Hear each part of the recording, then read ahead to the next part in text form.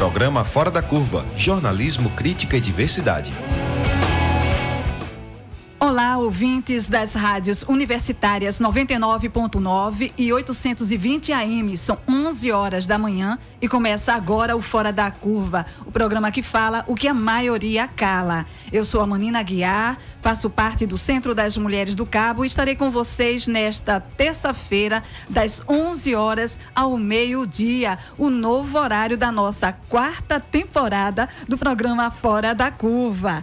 E o Fora da Curva vai ao ar de segunda a sexta, aqui na Universitária FM e também na AM, com retransmissão às 9 da noite na nossa rádio pública. Você também pode acompanhar ao vivo pelo facebook.com/programa Fora da Curva, pela página da Marco Zero Conteúdo, pelo facebook.com/Universitária 99.9, como também você pode acompanhar os nossos principais destaques no Instagram, @Programa Fora da Curva.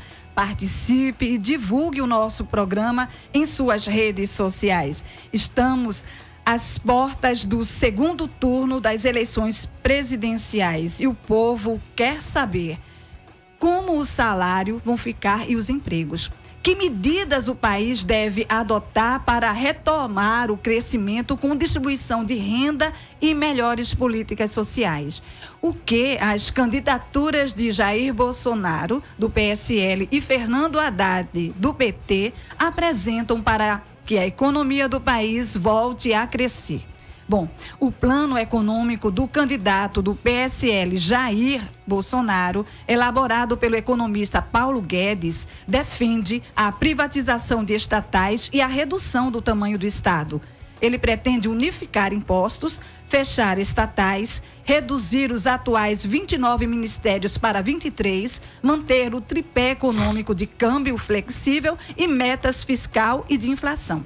Já o plano do candidato Fernando Haddad, do Partido dos Trabalhadores, PT, foi produzido por uma comissão do partido. Se posiciona em favor do fortalecimento de programas estatais, maior controle sobre a economia e recuperação do papel das estatais na economia. Ele promete que a população mais pobre não vai pagar impostos.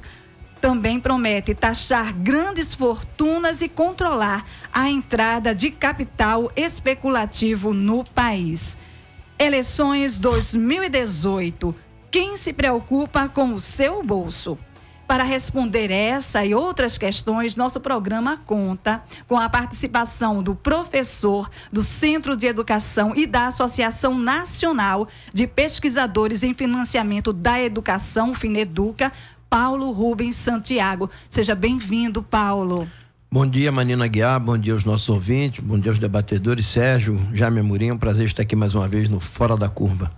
E também o integrante da Direção Nacional do Movimento dos Trabalhadores Rurais Sem Terra, MST, Jaime Amorim. Prazer, seja bem-vindo. Obrigado, bom dia a todas e a todos. Bom, nos colocamos à disposição. Acho que o Brasil está passando um momento importante da sua história e nada mais do que justo nós debatermos e esclarecermos o que está em debate nesse momento. Na nossa bancada, o nosso companheiro, jornalista da Marco Zero Conteúdo, Sérgio Miguel. Bom dia, Sérgio. Bom dia, sempre um prazer estar aqui. Bom, gente, nós iniciaremos a nossa programação. Nós estamos com a participação por telefone do cientista político Sérgio Ferraz. Bom dia, Sérgio.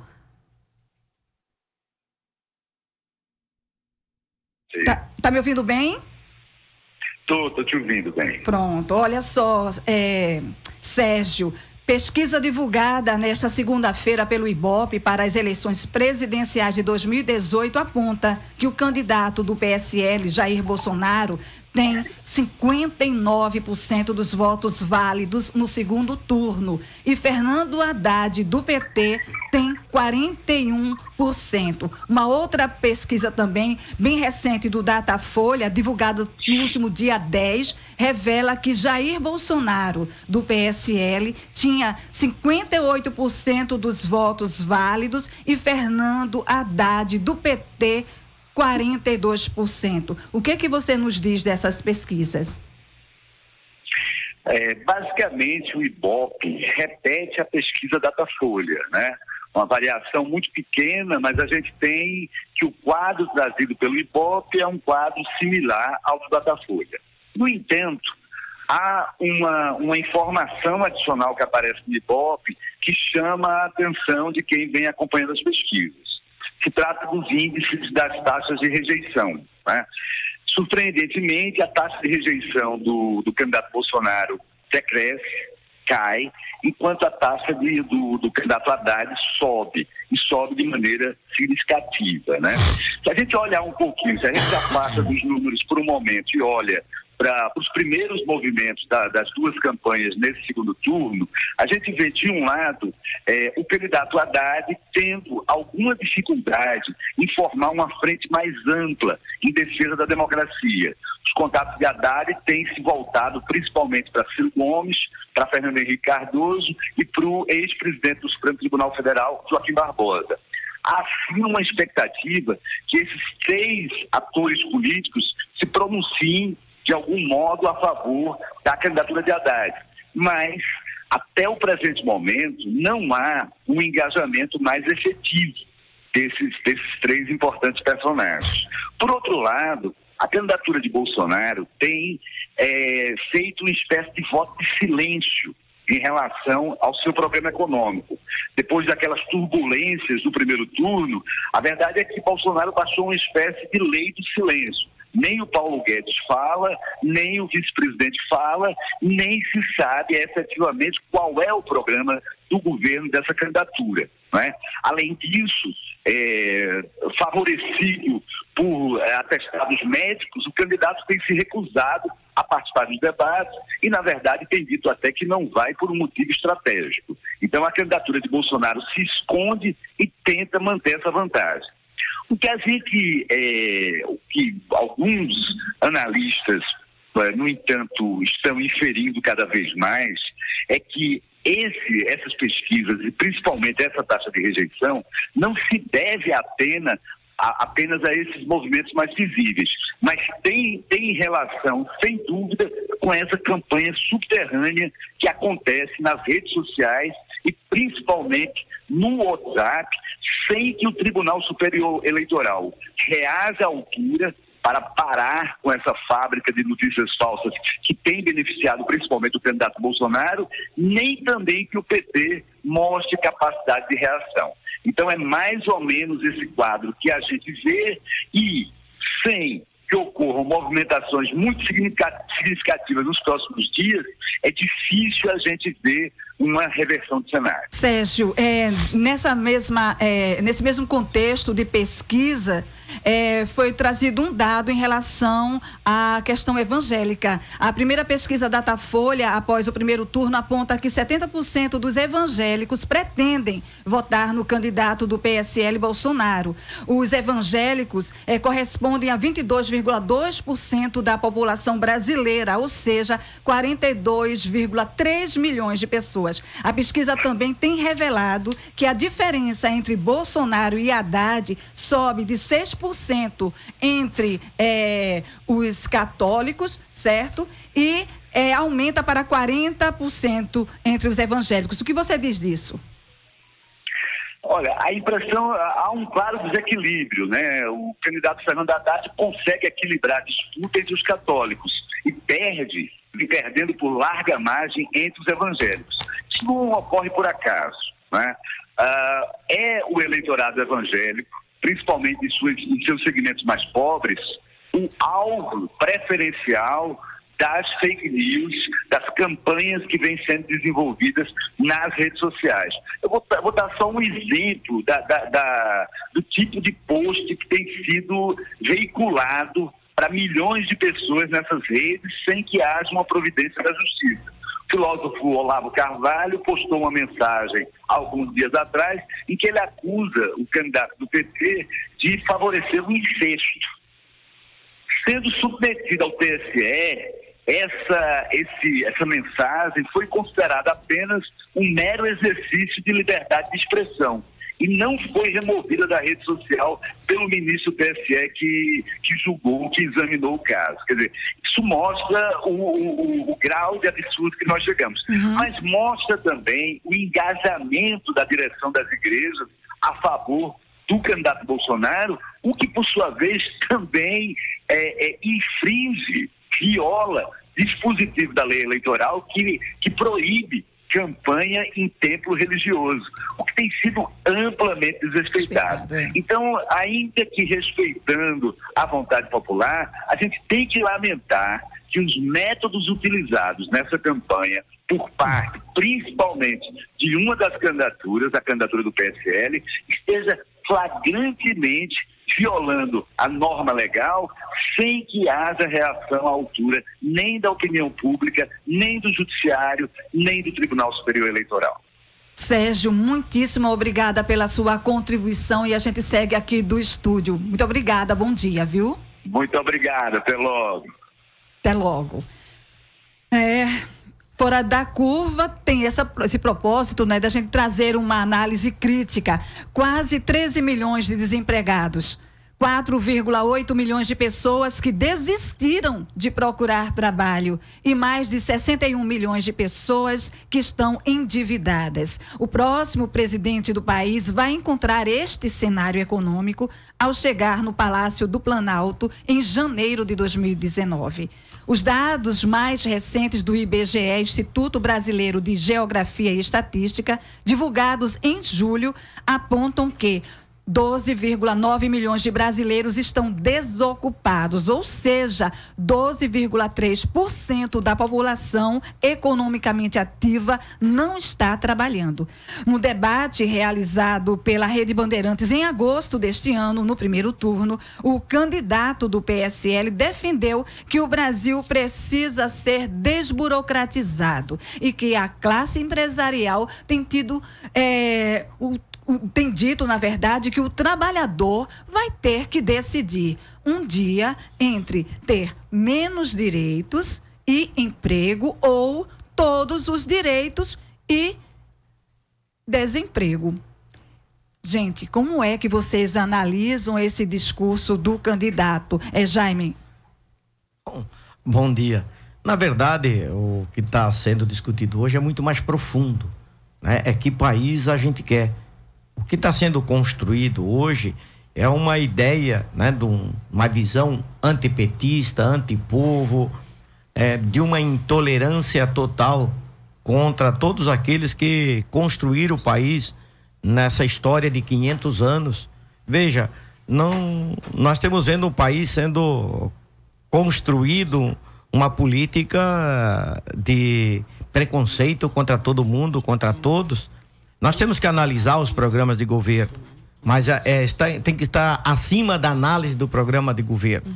Nós temos que discutir, como sociedade, se a gente quer, de fato, um país que tenha um mínimo de soberania nacional, né, de garantia dos direitos da sua população, de garantia de condições de vida digna para a maioria da população e para as suas minorias, ou a gente quer isso que está sendo apresentado aí, né, com toda intolerância, com preconceito, e um país submetido aos interesses internacionais. A mesma campanha, da mesma forma, do mesmo status que está sendo feito hoje no Brasil, foi feita já nos Estados Unidos. E olha o que os Estados Unidos elegeram, um tal de Trump, que vai para qualquer plenária internacional, é desrespeitado. É claro que nos Estados Unidos é diferente, porque lá o capital predomina e não importa muito um governo. Agora, aqui não, aqui o governo é importante para regir os direitos, para fazer a distribuição de renda, para garantir efetivamente que a população possa ter acesso às políticas públicas, porque as políticas públicas é importante para equilibrar, né, o desnível entre quem ganha mais e quem ganha menos, garantir o acesso ao direito à escola, à saúde, a transporte, e por isso que nós queremos defender esse país. É claro que se tem a crise internacional, aí a crise não se resolve apenas com uma eleição. Nós vamos continuar vivendo em crise, elegendo Haddad ou não elegendo Haddad, ou elegendo, né, o outro.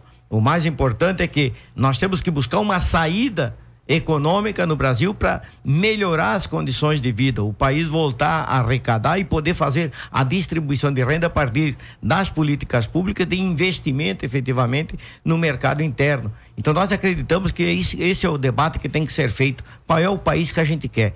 Nós estamos vendo uma avalanche vindo por aí, né, de um país que não é o que o povo brasileiro sonha e certamente não é o que a gente quer para o Brasil.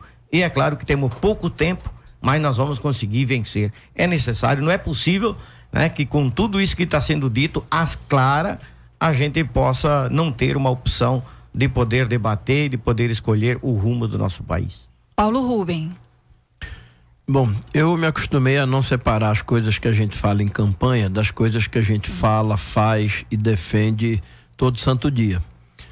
Porque essa separação é falsa. Você, quando enfrenta uma campanha eleitoral, você tem ferramentas que fogem do seu controle. Eu lembro que há alguns anos você tinha campanhas com muros pintados, outdoors, carros de som. Você ia, por exemplo, lá para Cavaleiro, era uma avalanche, um engarrafamento de carro de som para cima e para baixo, como era em Ouro Preto, como era em Peixinhos, em Olinda, como era em Casa Amarela, aqui no Recife.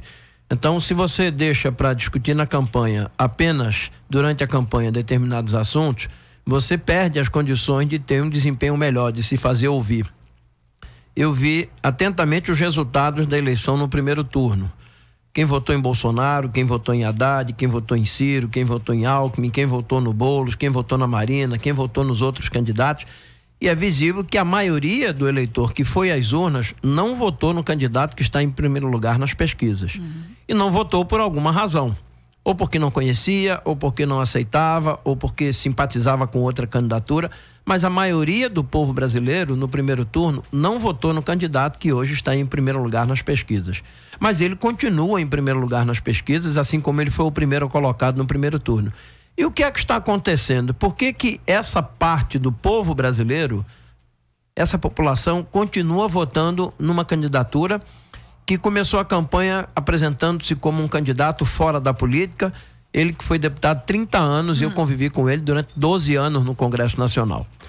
Como é que vota num candidato que diz que vai mudar a economia, mas nunca abriu a boca para dizer absolutamente nada sobre nenhuma decisão de política econômica? Até porque nos 12 anos em que fui deputado com Jair Bolsonaro, ele nunca colocou os pés nem na Comissão de Finanças e Tributação, nem na Comissão de Desenvolvimento Econômico, nem na Comissão do Trabalho e muito menos na poderosa Comissão de Orçamento que decide para onde vai a arrecadação do país.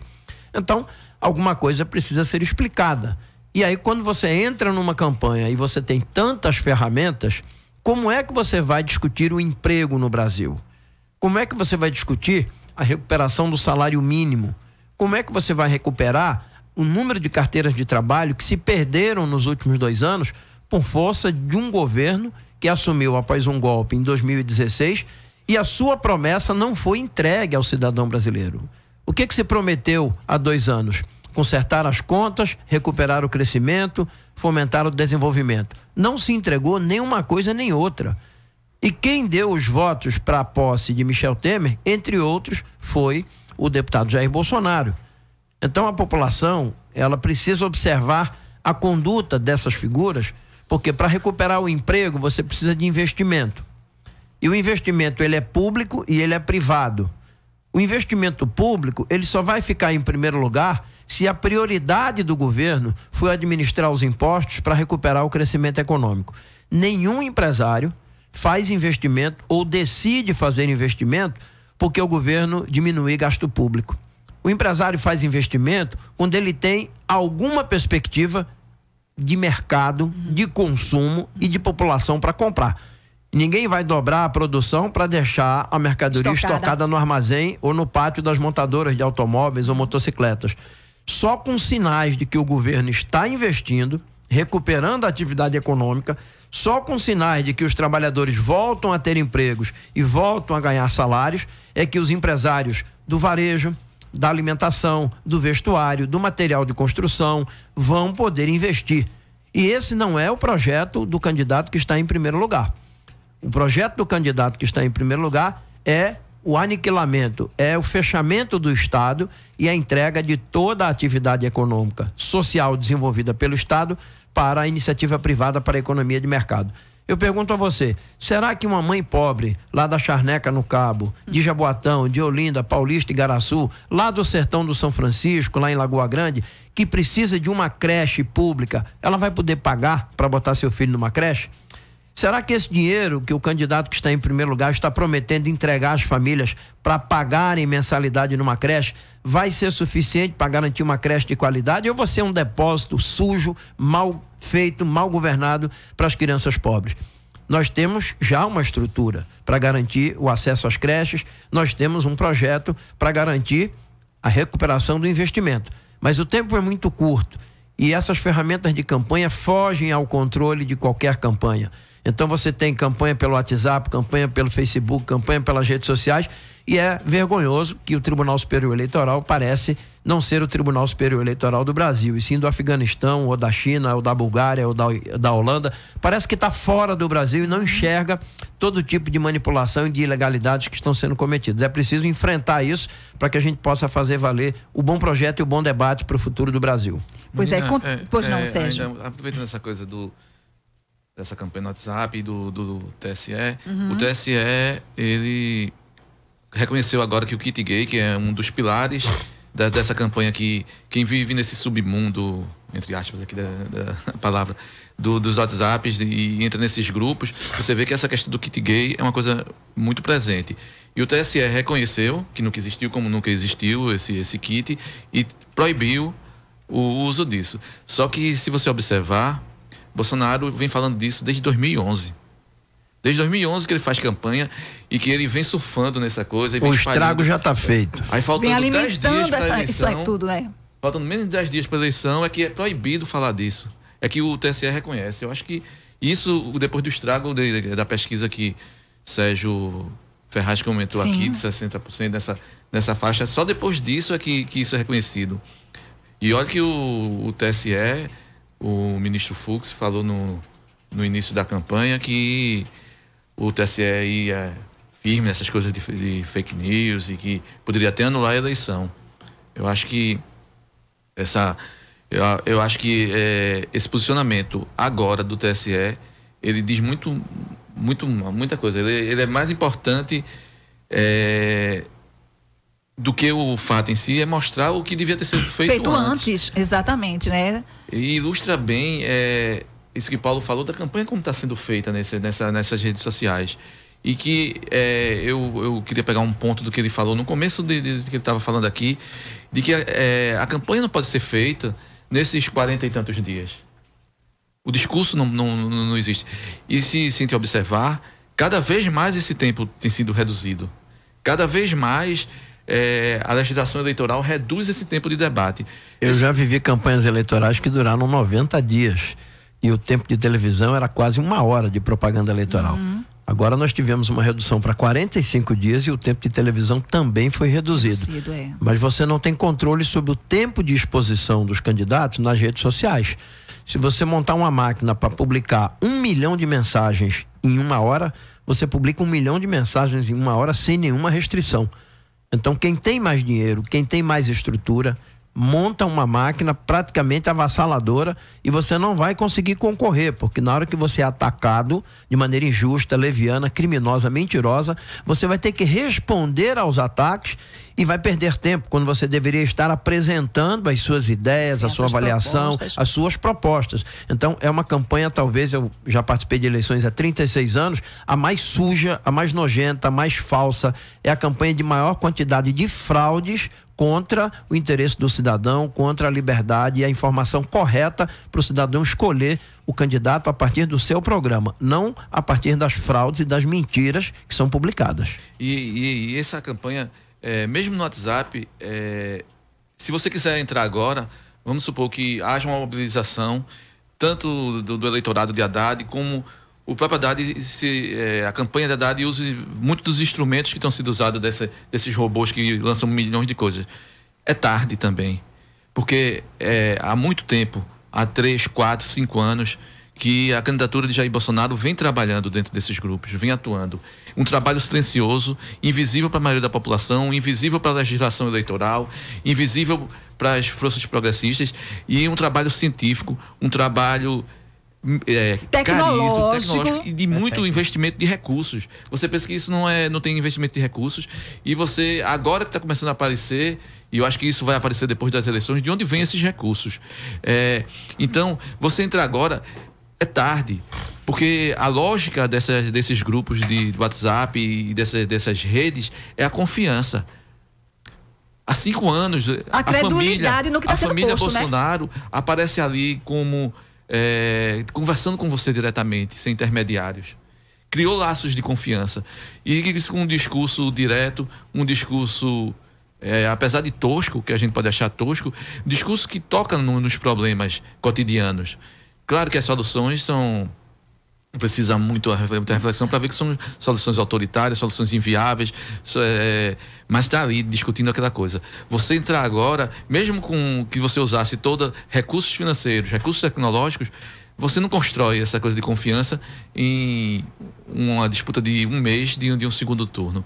Então, isso tem a ver com o que o Sérgio falou, de que apesar de todas as movimentações na área da política, movimentações nas diversas formas de que se tem em comum de fazer política, de uso do tempo da televisão, você não consegue reverter. Quando você pensa que dentro daquela composição política essa diferença pode diminuir, você, quando vê, ela aumentou. Porque está sendo feito um trabalho invisível ali. E é contra esse trabalho, né, que a comunicação e que o Fora da Curva tem se mostrado, né, ao longo da sua existência, para mostrar outro tipo de pensamento, outra realidade. E aí, né, voltando para a questão econômica propriamente dita, tem uma declaração também do Jair Bolsonaro dizendo o seguinte: em relação ao salário mínimo, o plano de Bolsonaro não faz referência ao tema nas suas propostas de governo. Como deputado federal, o candidato votou contra as leis de ampliação do salário mínimo e favorável à emenda que estabelece teto de gastos públicos. Aquela emendazinha que proibiu, né, 20 anos de investimento. 95, que proibiu investimentos na área da educação, saúde e programas sociais. A plataforma do postulante do PT, Fernando Haddad, cita o reajuste anual do salário mínimo e a criação do programa Salário Mínimo Forte para fazer o poder de compra do trabalhador e da trabalhadora, da pessoa que é aposentada, também a crescer e a mobilizar a economia. Qual deve ser o lugar do salário mínimo no plano de governo de quem quer presidir o Brasil, Jaime? O salário mínimo é determinante, né? Ele ser reajustado permanentemente, né? A partir de índice, efetivamente, que ele não perca a sua capacidade de compra. Faz parte, efetivamente, da vida das pessoas. Agora, veja, Haddad, né, como também outros candidatos, né, progressistas, estavam baseados seus programas de governo, efetivamente isso, no fortalecimento do trabalho, no fortalecimento do salário mínimo, né, no fortalecimento das políticas públicas, e na verdade eles propõem justamente ao contrário, né, enfraquecimento do salário, aliás, de preferência não pagar salário, né, voltar ainda ao tempo da escravidão, em que se o trabalhador puder comer para poder reproduzir força de trabalho no outro dia, já é o suficiente, não precisa mais nada disso. Aliás, até 13º é mordomia, de repente acabar porque prejudica jaboticaba, o grande empresário. Só dá aqui no Brasil, né? Enfim, todas essas políticas aí não se sabe efetivamente como é que isso consegue se espalhar no meio da população e ser aceito. Veja, quando você diz, eu vi aí na pesquisa rapidamente, eu não acompanhei na imprensa hoje, né, de que 68% dos evangélicos votam no coisa. 70. Eu acho que, eu não sei como é que 30% não vão votar no coisa. Porque a política que está sendo feita, a mentirosa, escandalosa, para os evangélicos, ter 30% que não vota no coisa, já é muita coisa. Porque efetivamente está se construindo o negócio para garantir 100% dos votos evangélicos para o coisa. Então, veja, se 30% estão resistindo da igreja evangélica, é porque já começam a enxergar questões que no dia a dia a gente não consegue observar, as pessoas certamente não conseguem observar a diferença que está aí. Mas deixa eu só lhe dizer, toda essa campanha, ela foi montada para impedir que o PT ganhasse as eleições. Desde do processo do impeachment, né, do golpe contra Dilma. Hoje mesmo eu vi uma dessas piadas que tem, né? Quem descobriu o Brasil? Aí a criança diz Pedro Alves Cabral. Quem afundou o Brasil? Dilma Rousseff. Veja, né? Que absurdo que está espalhado por uma criança do WhatsApp, né? Dá uma ideia de que de fato quem destruiu o Brasil foi Dilma Rousseff, né? E não tinha uma conjuntura, não tinha uma correlação de força, ela não sofreu um golpe. Então foi preparado para o PT não ganhar as eleições. Todos aqueles que deram um golpe prepararam isso. O Poder Judiciário, a grande imprensa, os empresariados.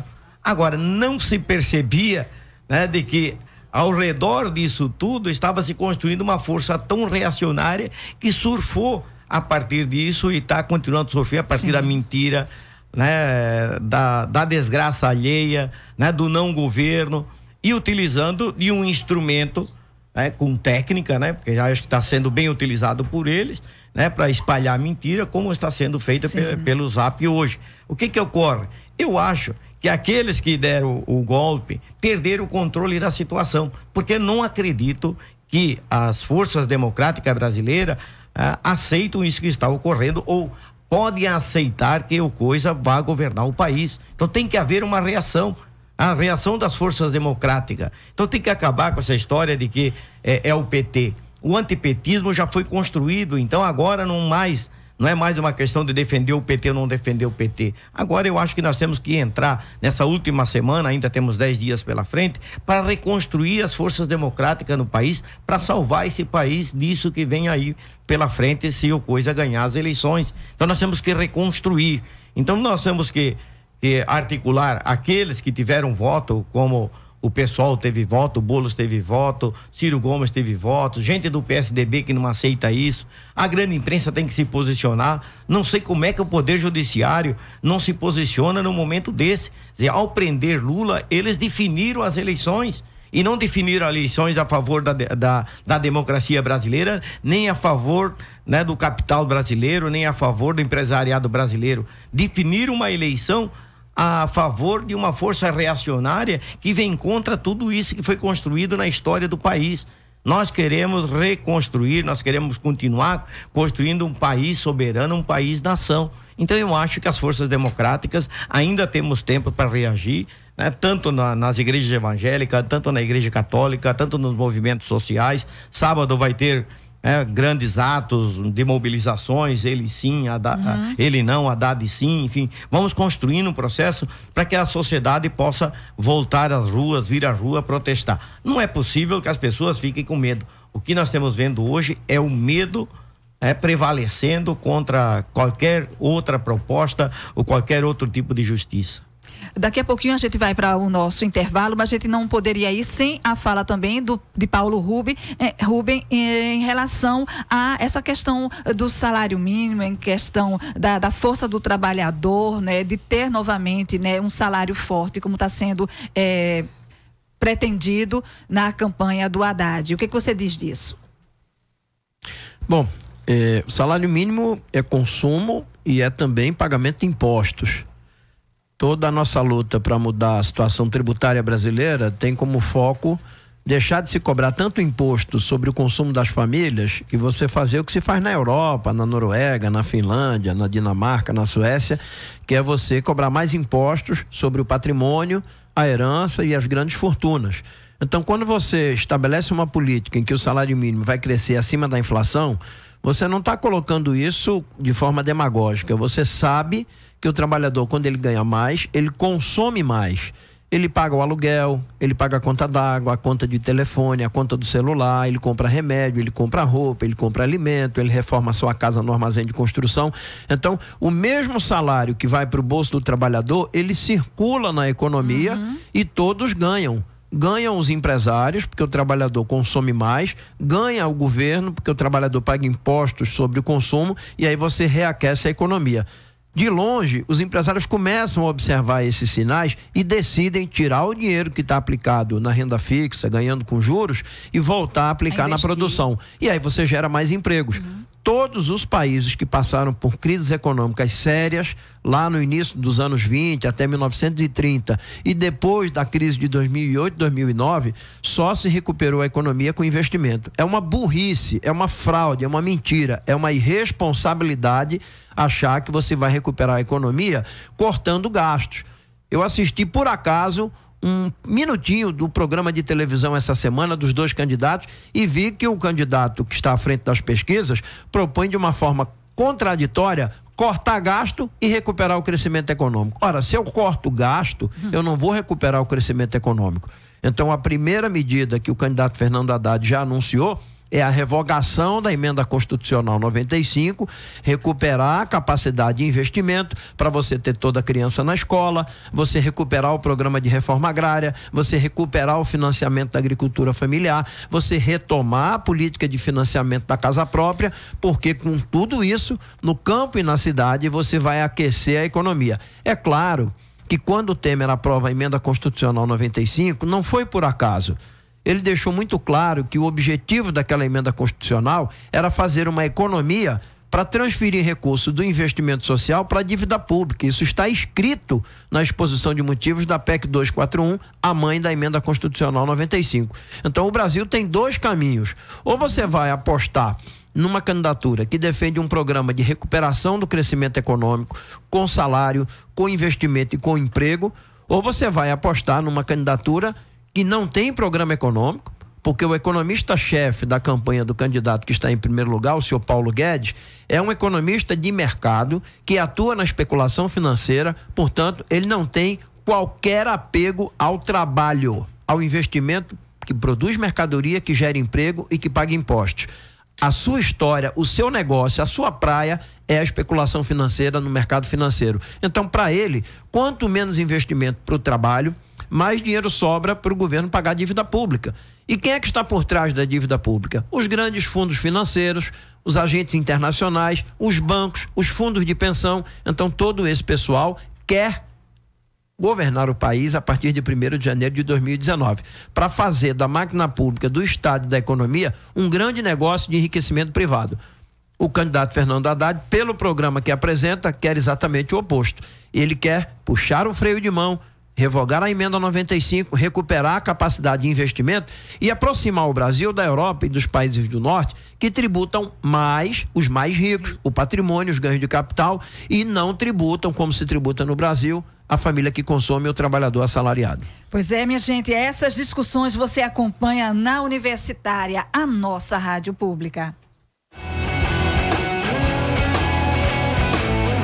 Programa Fora da Curva. Análise crítica de assuntos do interesse público. 11h38.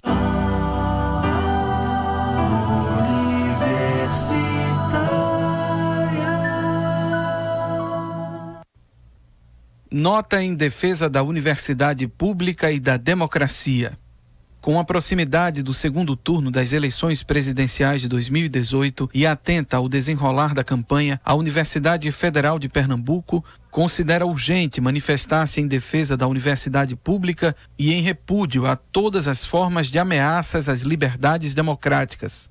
Ciente do seu papel histórico, a UFPE se posiciona por uma universidade que, além de gratuita e de qualidade, seja autônoma e socialmente referenciada. É a universidade pública que tem garantido os principais avanços do nosso país na ciência, na tecnologia, na inovação e nas artes. Os brasileiros devem abraçar ideias que defendam uma nação inclusiva, justa, capaz de superar os desequilíbrios regionais. Nessa perspectiva, afirmamos nossa posição intransigente a favor do respeito à diversidade em todos os seus aspectos, de gênero, de livre orientação sexual, de identidade étnica e cultural, contra as pregações de violência e de intolerância e, acima de tudo, de defesa dos direitos humanos, da liberdade e da democracia.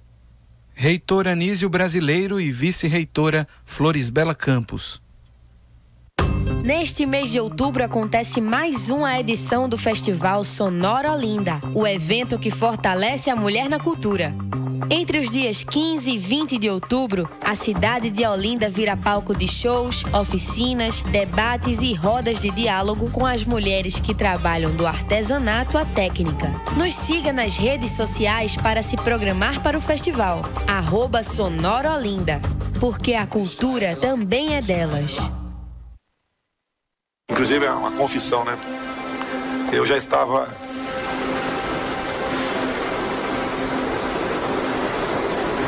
Eu já tinha decidido não ter mais filhos, estava vasectomizado. Havia combinado isso com a minha esposa, que já tinha uma filha. A minha esposa era mãe solteira, desfiz a vasectomia. Mudou sim, muito a minha vida com a chegada da Laura, que eu agradeço a Deus e a minha esposa por ela. Te amo. Coligação Brasil acima de tudo, Deus acima de todos. PSL, PRTB.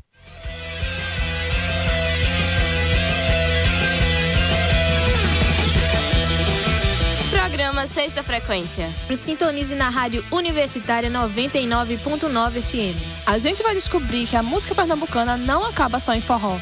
Sexta Frequência, toda sexta, das 10h30 às 11 da manhã.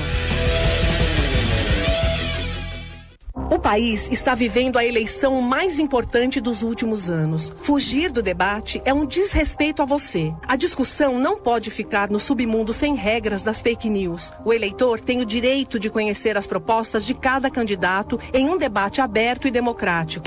Olho no olho.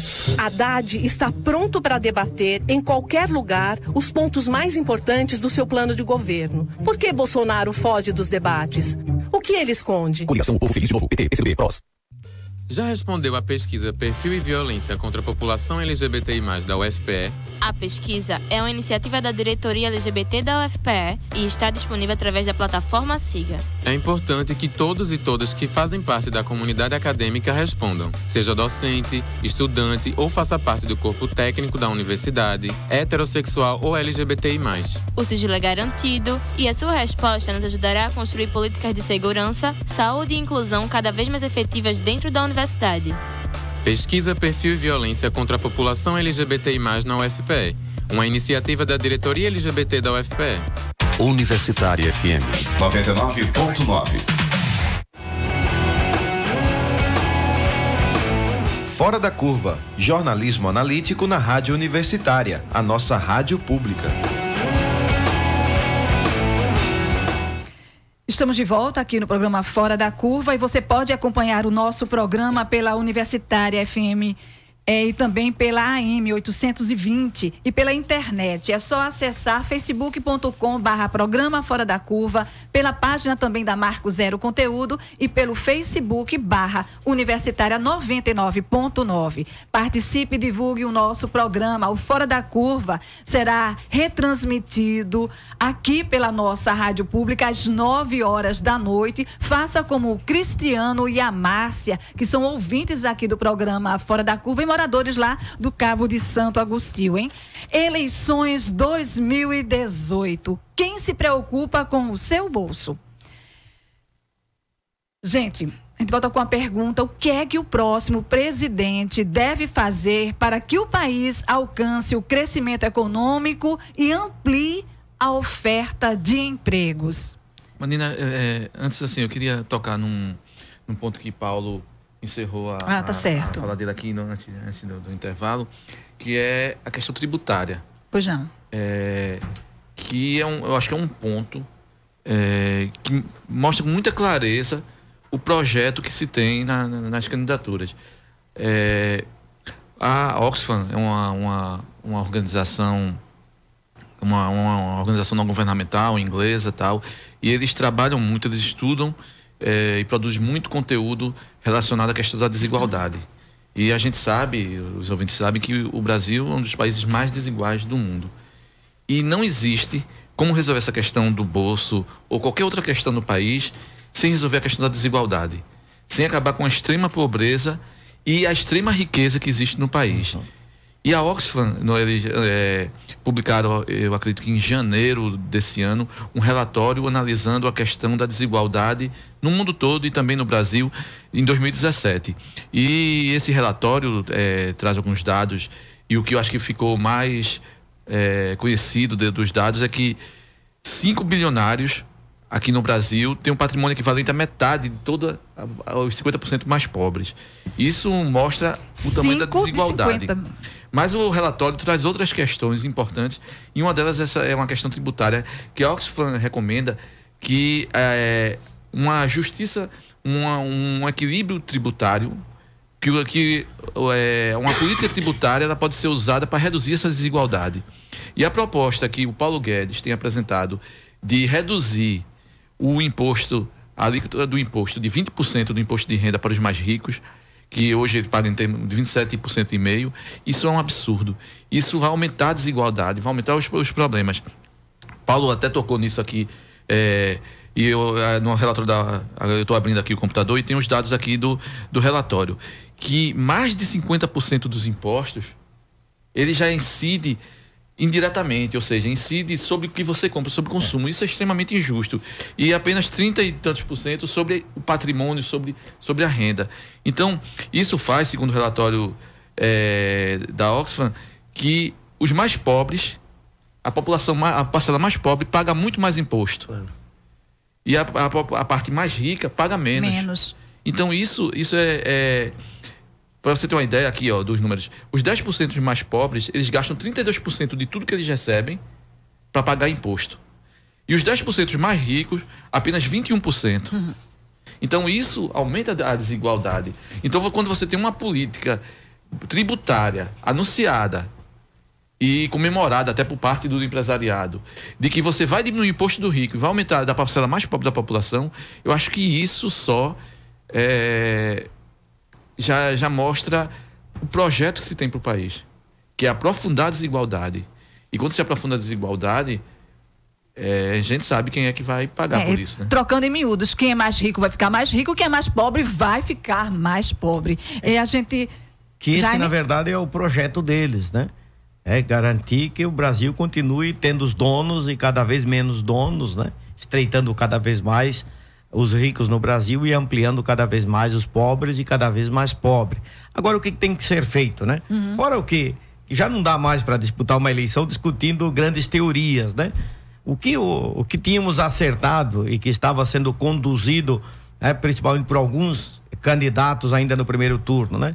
Ciro Gomes, principalmente Haddad e Boulos, que era essa ideia de fazer um referendo revogatório para revogar todas as medidas antipopulares que foram aplicadas durante esse período, 2 anos e meio de golpe. E um deles era a PEC Desgastos, que impede efetivamente que o Brasil possa voltar a se desenvolver, aplicar políticas públicas, aumentar recursos para políticas públicas e as leis trabalhistas especificamente.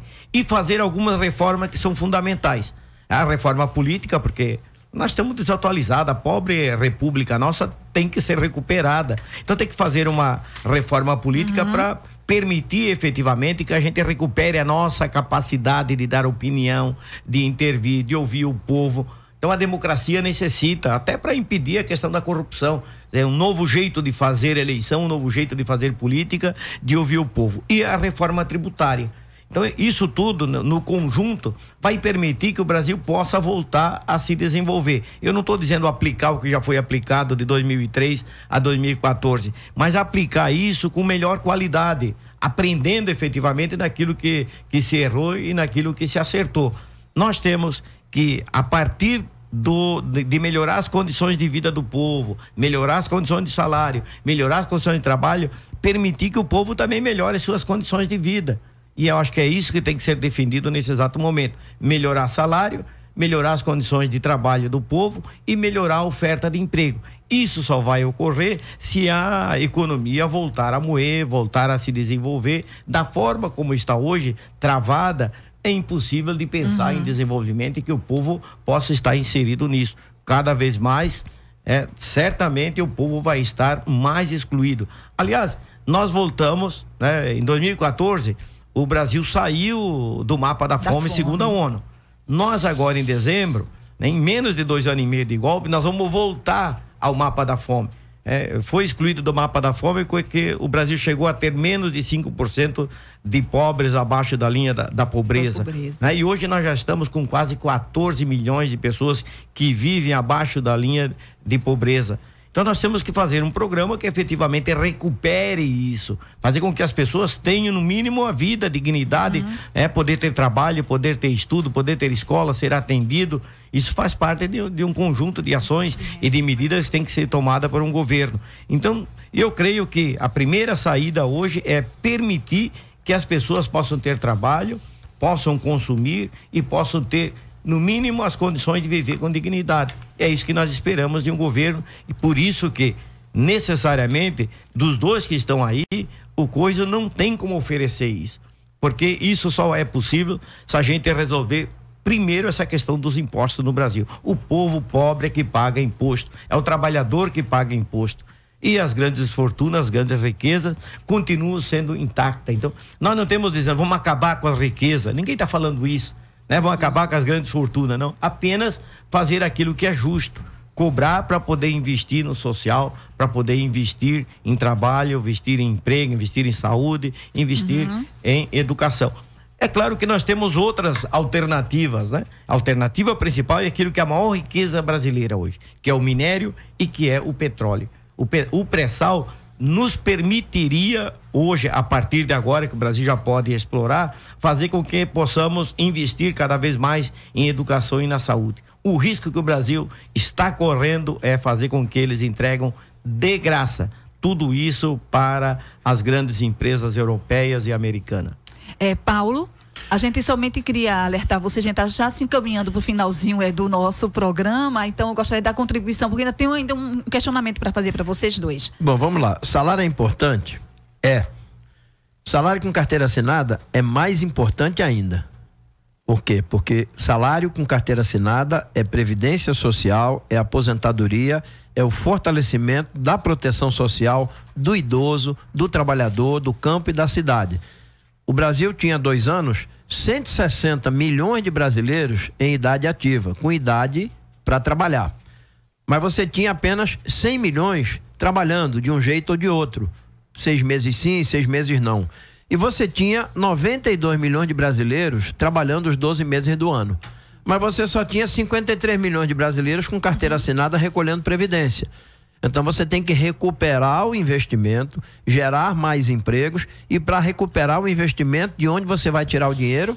Você vai tirar com uma tributação mais justa. O Brasil precisa ficar parecido com a França, parecido com a Inglaterra, parecido com a Noruega, com a Suécia, onde o imposto do consumo, o imposto da feira, da cesta básica, da família é bem baixo, e o imposto maior é sobre as grandes fortunas e as altas rendas. Ora, você pega um professor da universidade que recebe 4 mil, 5 mil reais sem titulação, ele paga 27,5% no imposto de renda, o mesmo imposto que paga um grande executivo de um banco, de uma grande multinacional no Brasil, que recebe 160, 200 mil reais por mês. Então isso é um crime, isso é uma brutalidade fiscal contra o assalariado, contra a maioria dos trabalhadores. Uma outra questão, você também pode liberar dinheiro dessa máquina, dessa montanha que se chama dívida pública. É só você mexer na política econômica.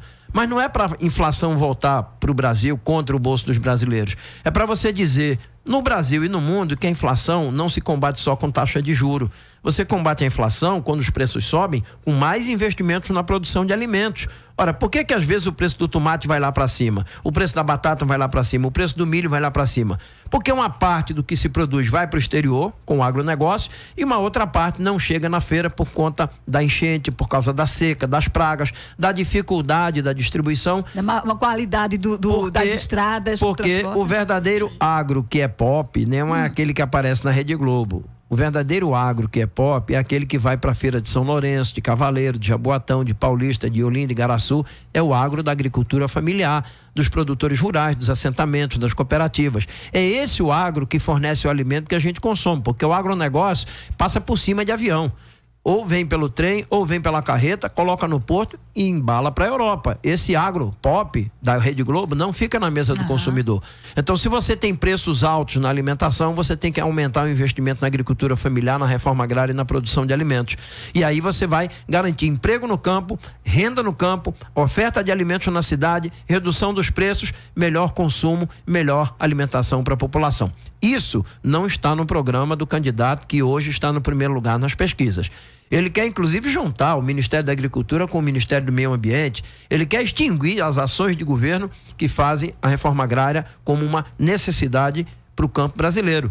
E ele quer também, pelo que eu vi ontem, extinguir o Ministério da Educação, porque ele diz que vai passar para os estados e municípios a educação básica e a educação superior já está 80% na mão da iniciativa privada, então o Ministério da Educação não teria mais razão de existir. Nenhum país do mundo, do porte do Brasil, acabou com o seu Ministério da Educação ou entregou a educação para o setor privado. Aliás, é graças a ele que o país supera as suas dificuldades através desse investimento na educação, né? Ele, como capitão do Exército, ele como deputado federal por 30 anos, nunca colocou os pés na Comissão de Educação, sequer para defender o investimento na expansão dos colégios militares, o investimento nos colégios de aplicação das universidades, o investimento na educação básica. Então, quando eu gravei e publiquei hoje no Instagram e coloquei nos grupos do WhatsApp um vídeo caracterizando a candidatura de Bolsonaro como uma fraude, é porque a história já provou que isso é uma fraude.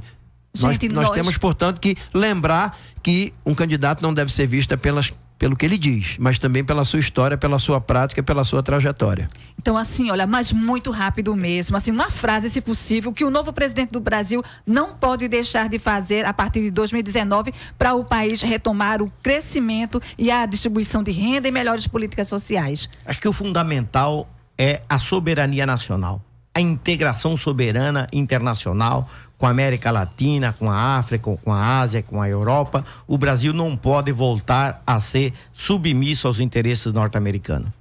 Paulo, rapidinho. Bom, além disso, no plano internacional, eu assino embaixo do que Jaime Amorim disse, e no plano interno, um Brasil para os brasileiros, com igualdade, com justiça social. Isso significa investimento e políticas sociais para todos e todas, para produzirmos igualdade e um Brasil justo. Gente, nós agradecemos a participação de Jaime Amorim e Paulo Rubens Santiago. O nosso programa vai ser reprisado às 21h aqui na nossa rádio pública.